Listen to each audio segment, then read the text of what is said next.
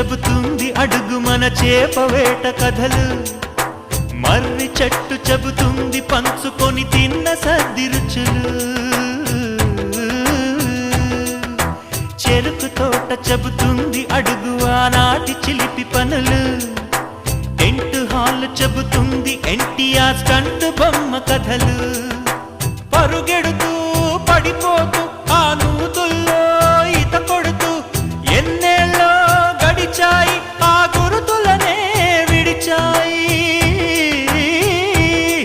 వయసంత మరచి కేరింతలాడే ఆ తీపి జ్ఞాపకాలు కలకాలం మనతోటే వెన్నంటే ఉంటాయి, మనలాగే అవి కూడా.